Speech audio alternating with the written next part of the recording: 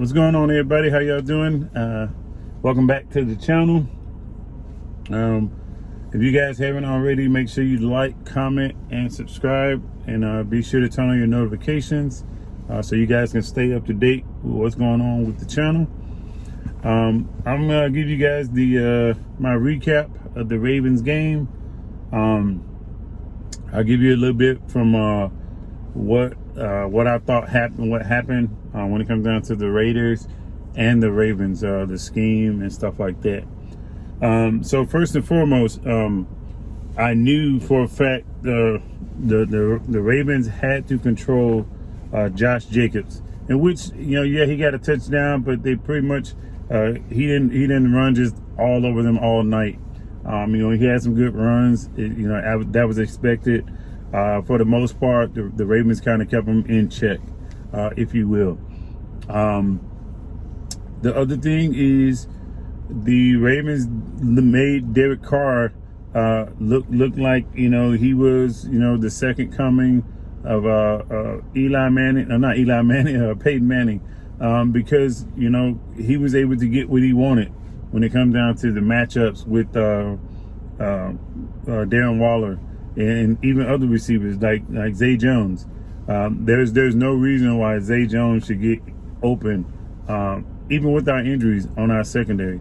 There's no reason why he should, because he's a speed guy, but he doesn't have the hands, to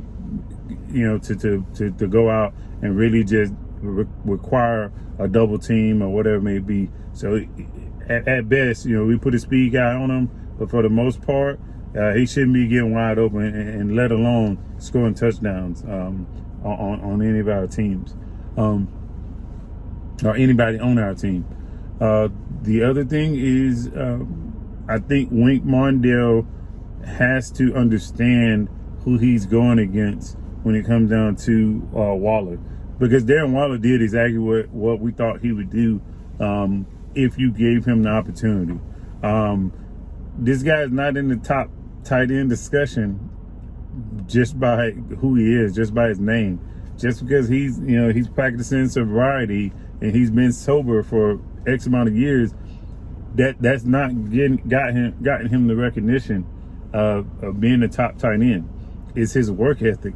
It's his execution on the field. If it were me, he's just, if I had to pick out a tight end, he's just as good as the Kelce's, the Kittles, and he's better than Mark Andrews on certain occasions. And that's not a shot at any one of the other tight ends. What I mean by that, he has the same type of dynamic play style, and he can go get you a touchdown or a catch if need be. You guys don't remember this, but the guy was a wide receiver. So he was a wide receiver for the Ravens, and he switched to tight end. So with that being said, you don't just forget how to be a wide receiver. You just don't forget that overnight. And then, oh yeah, by the way, what college did he come from? Oh, that's right, Georgia Tech. What's significant about that? He's along the same tree of the people that developed Megatron. Yeah, that's right, Calvin Johnson. So I don't know why people are like super shocked that this kid is out there doing what he's doing. When the Ravens got rid of him, I didn't want them to get rid of him, but he had some issues that was stemming from the off the field issues, and then it started to affect his play. So he was on our practice squad, and just like Gruden talked about in the little documentary, he seen him out there. He's a freak athlete. He said, you know what? I got a chance. As soon as I get my chance to get the guy, I'm gonna snatch him up, and they did. So kudos to John Gruden and his staff, Gillespie and those guys, because they knew what the Ravens wanted to do, and they knew if they can get pressure on Lamar Jackson, not even sack him, just pressure on him, you can take away his reads, because Lamar Jackson was trying to go through his progression while on the run. If you guys played any down or quarterback at the high school level and above, you know how hard of a job that is, trying to step up in the pocket, and the pocket you're stepping up into is not clean. The pocket, as soon as you snap the ball, you can't even get into a 2 or 3 step drop. you can't even take 2 or 3 steps back without trying to avoid somebody. That becomes taxing to where now you have to think. You're trying to think about who is going to come from, and then, oh yeah, by the way, these aren't blitzes. A lot of people are trying to criticize Lamar Jackson for saying he can't read the blitz. If y'all look at it, it's 4 defensive linemen most of the time with the Raiders. Those 4 guys, 2 of the ends are getting free 60-70% of the time, and he has to avoid them. That's not a blitz. That's your offensive line getting owned. A blitz is, hey, we got these 4 people. We got somebody that steps up in one of the gaps, and they fire off at the snap of the ball. That's somebody that's not accounted for when it comes down to my blocking scheme.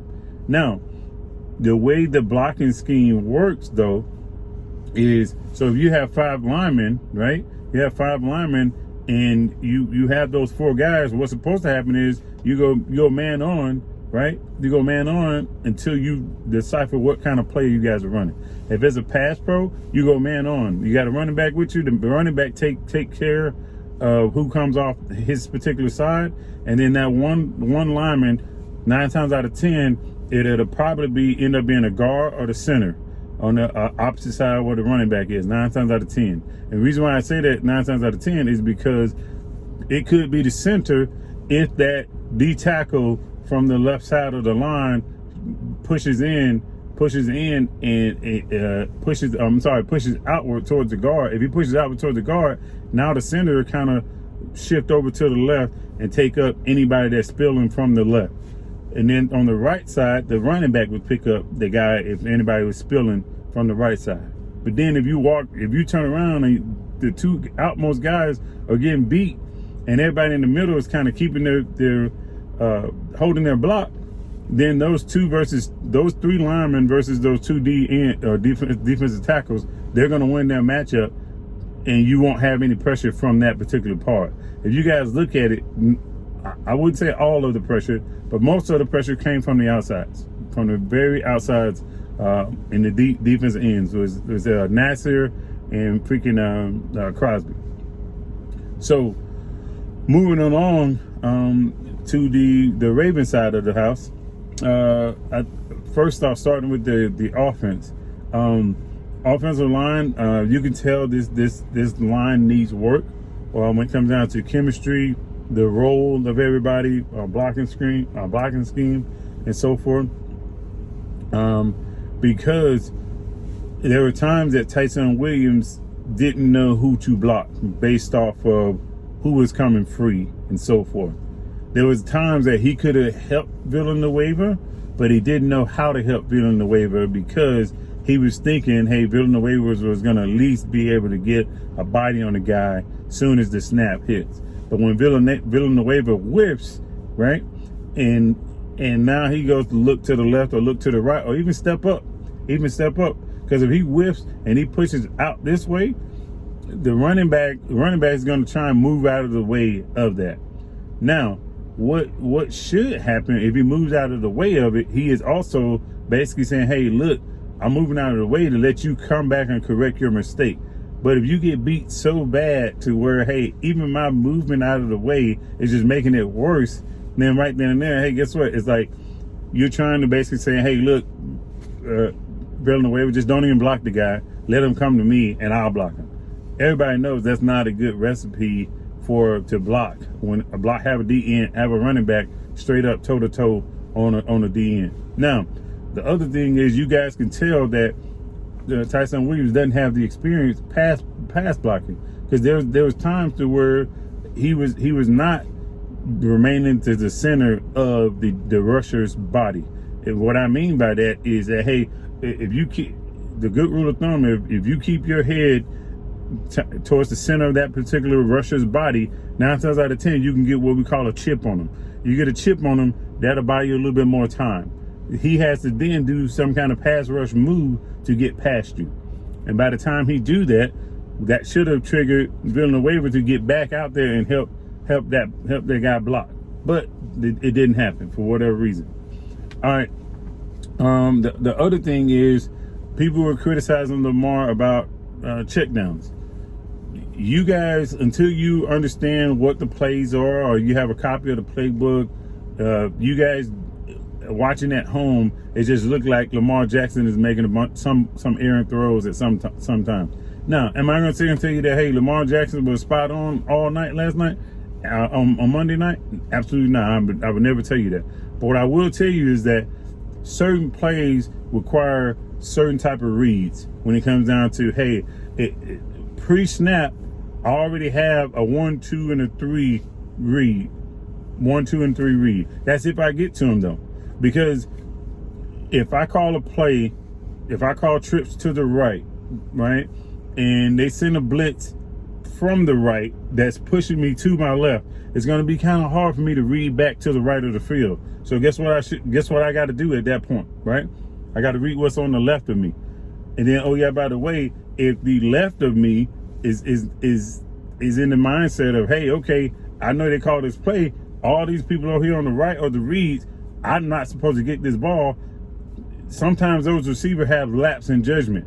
They're basically saying, hey, I should still run my route the way it's supposed to run as if I was getting the ball versus not running my route hard enough. So now, oh, wait a minute. Dang, he just threw me the ball. And guess what I'm doing? I'm just standing still instead of running my routes like I'm supposed to run. So those type of things got to get better.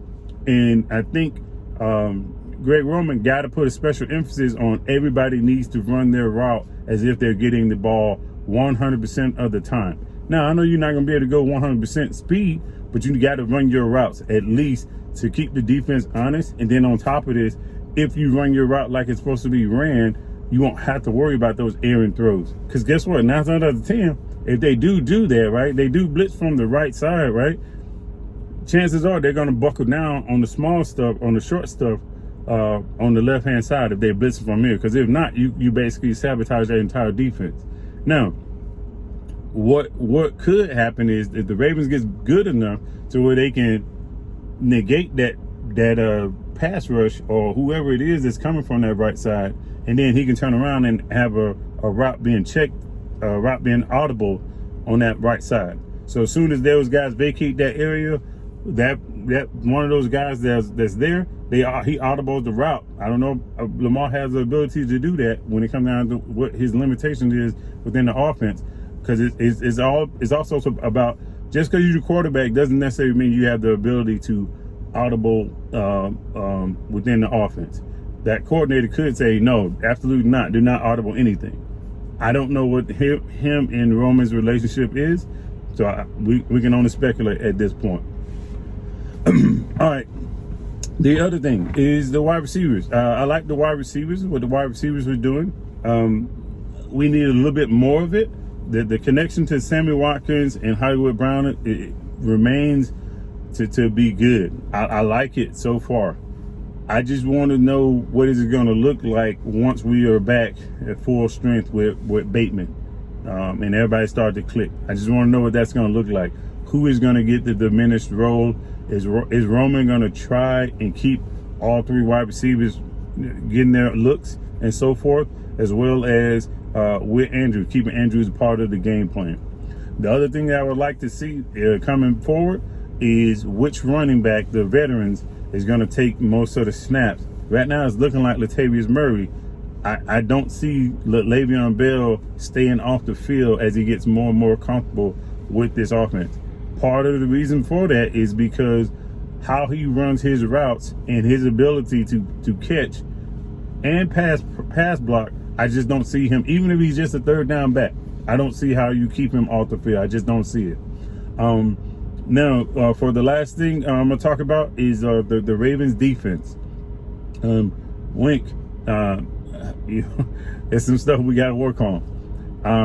Reason why I didn't like the defense is because Wink was kind of setting them up for failure when it comes down to, if you rush 6 people, that means you have 5 guys in coverage. If you rush 6 people, there's 11 people on the field.